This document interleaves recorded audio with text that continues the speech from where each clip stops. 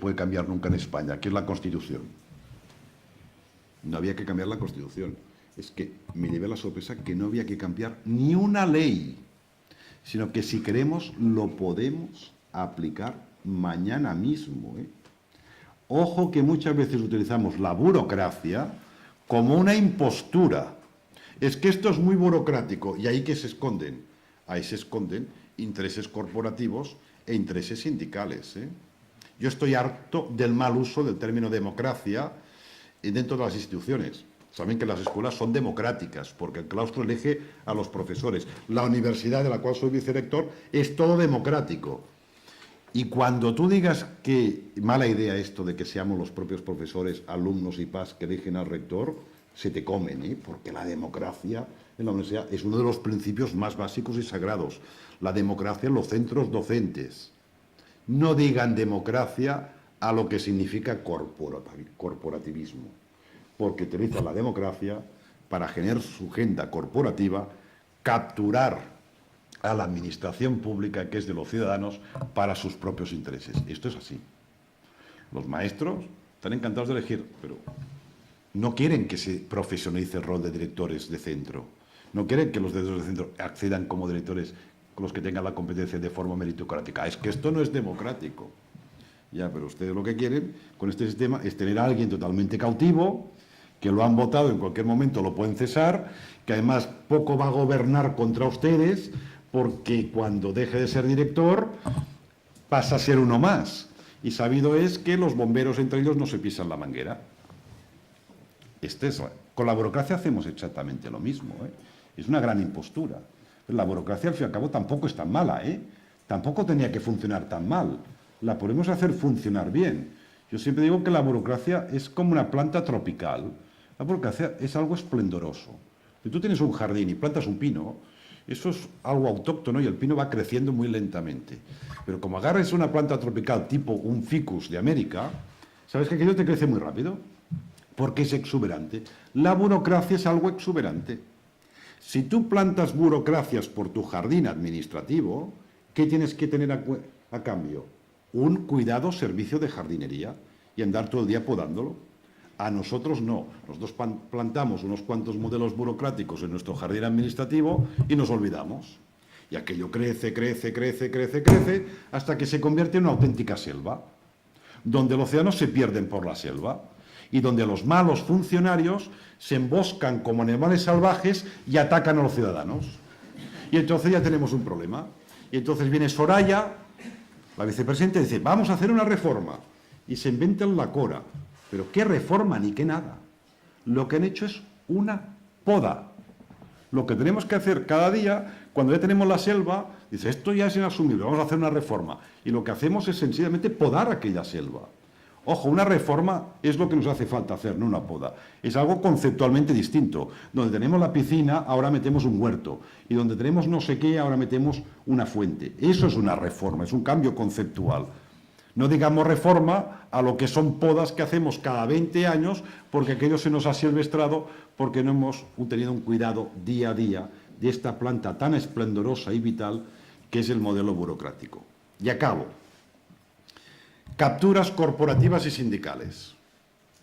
Aquí vamos a hacer más daño. Ojo que me hago autocrítica. No conozco a personajes y a un bestiario más animal que la de profesores universitarios. Y ya si hablamos de catedráticos, eso ya es el colmo de los colmos. A nosotros los catedráticos nos llaman los inmortales, porque no podemos pasar a mejor vida. Hacemos lo que nos da la gana. Yo lo reconozco, somos unos auténticos privilegiados, pero así no se puede andar en la administración pública. Hay que cambiar totalmente el rol de los sindicatos. Mire, les voy a hablar de mi ámbito, que además de público es democrático, con lo cual la cosa está muy mal. En una universidad, no diré cuál, y eso es cierto, no me lo invento, llegan los sindicatos y argumentan a la patronal, que la patronal es el rector y los vicerrectores. Es decir, yo soy patronal, yo tengo cara de patronal, pues yo soy la patronal. Y van y le dicen a la patronal, Oiga, esto de que llegamos del metro o en coche, encendemos el ordenador y nos ponemos a trabajar, es una ruptura muy violenta. Nos hace falta un precalentamiento. No puede ser que tú pases del ocio al trabajo sin ningún periodo de transición.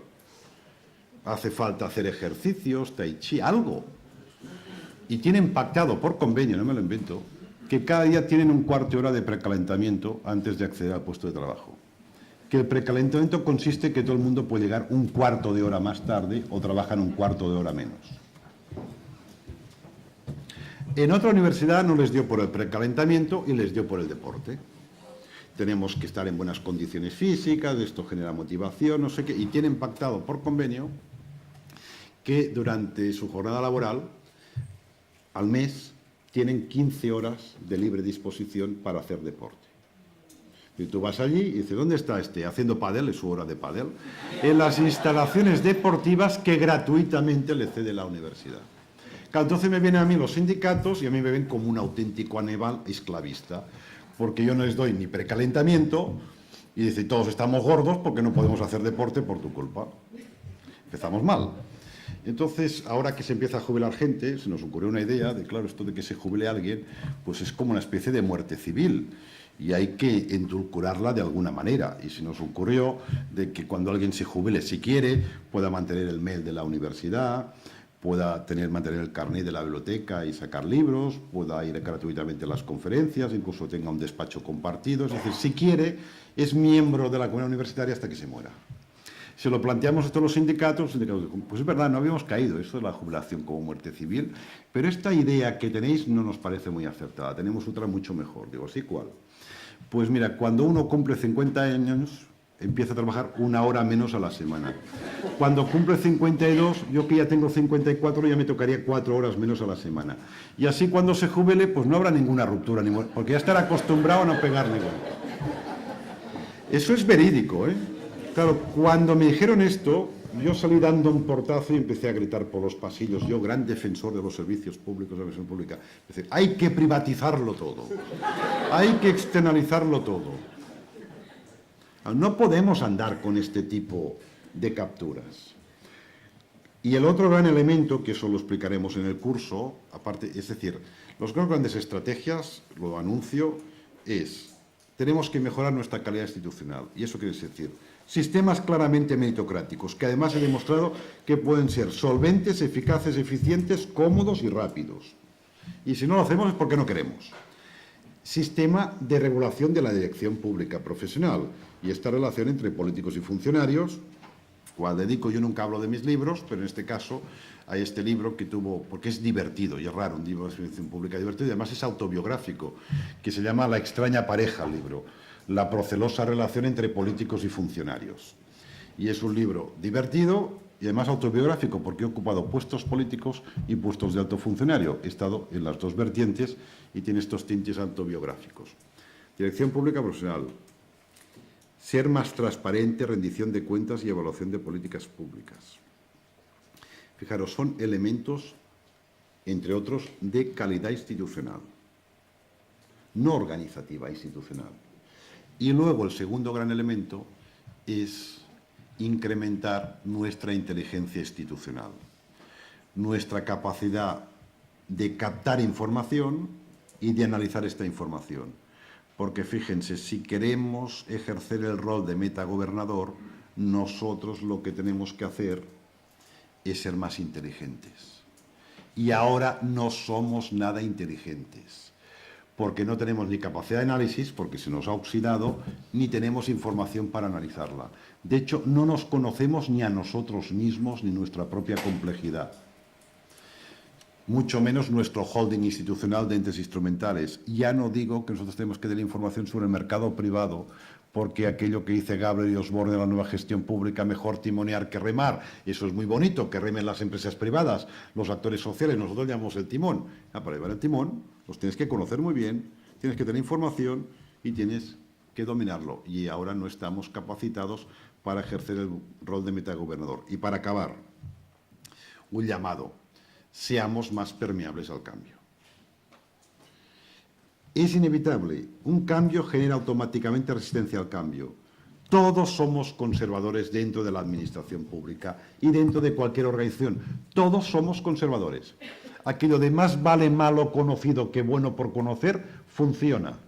Y si lo por conocer genera incertidumbre o se sospecha que va a ser peor, la resistencia está cantada.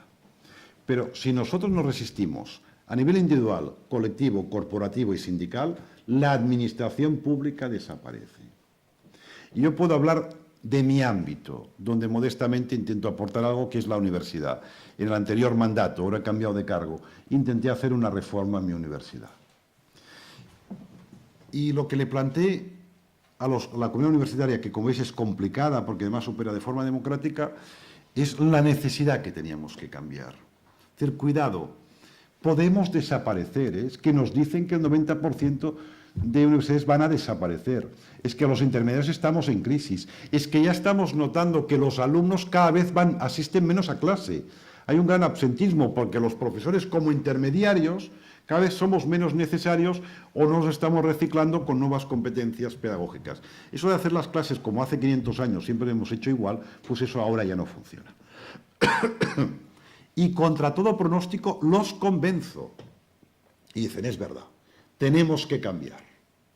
Y entonces les digo, ¿y sabéis cómo que tenemos que cambiar? Pues yo no lo sé. Porque esta renovación va tan rápida, el cambio tecnológico y su incidencia a nivel educativo va tan rápido, que yo no tengo ni la más remota idea de cómo tiene que ser mi universidad, que es pública, de cara dentro de 15 años. Pero en cambio sí tengo claro que como es ahora, no tiene que ser. Que ahora es rígida, que ahora es burocrática. Por tanto, propongo una primera reforma que es aligerar, ganar flexibilidad, ganar músculo competitivo para el día que sepamos cómo tenemos que ser, podemos hacerlo rápido y no desaparecer. Por tanto, mi propuesta es muy sencilla. Vamos a simplificar nuestro modelo organizativo. Eso, por cierto, ya lo están haciendo todas las universidades, por la vía de fusionar departamentos, que tienen muchos.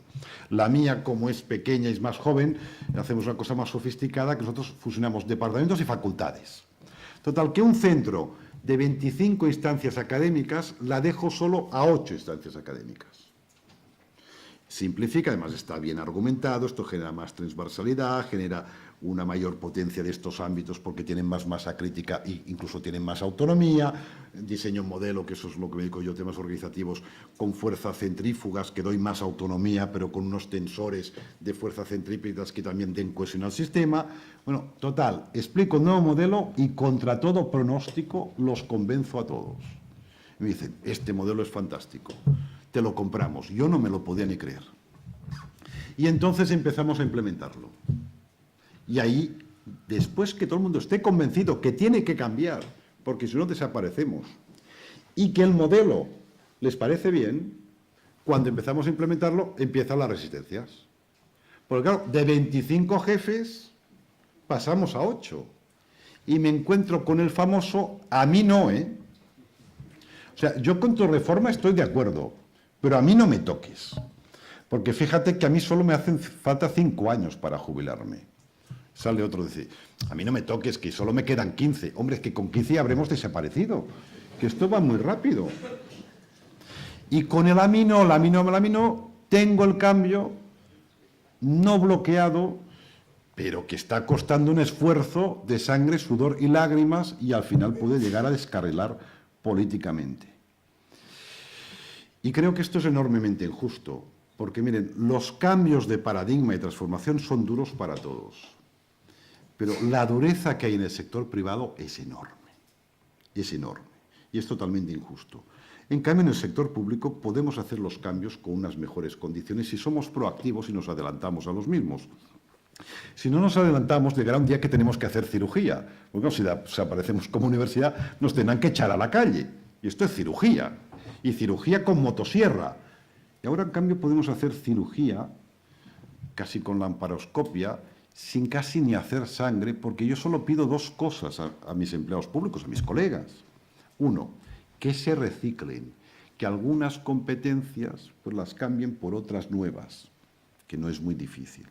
Y la otra, que pierdan galones simbólicos. Porque no hago ni lo que se hace, que es reducir el sueldo.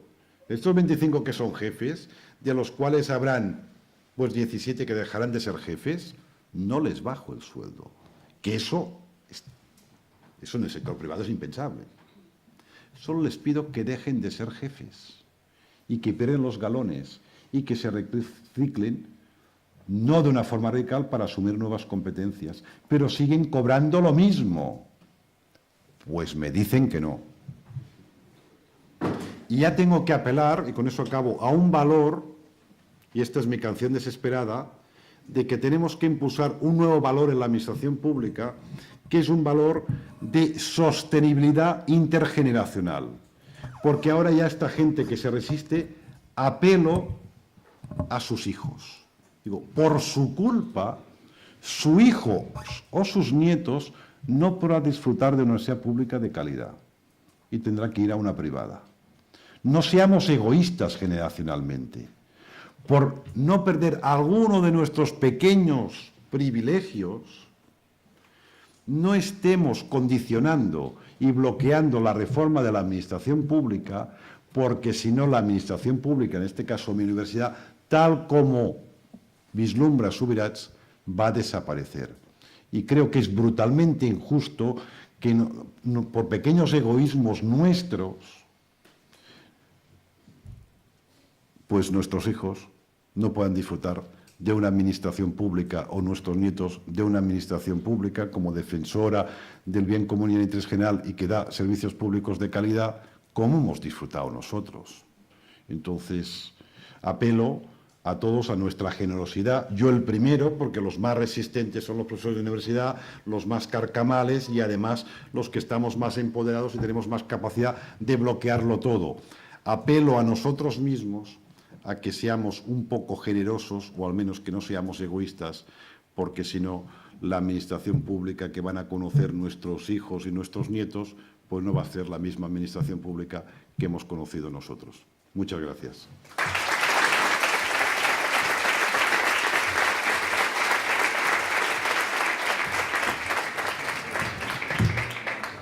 Bueno, muchas gracias.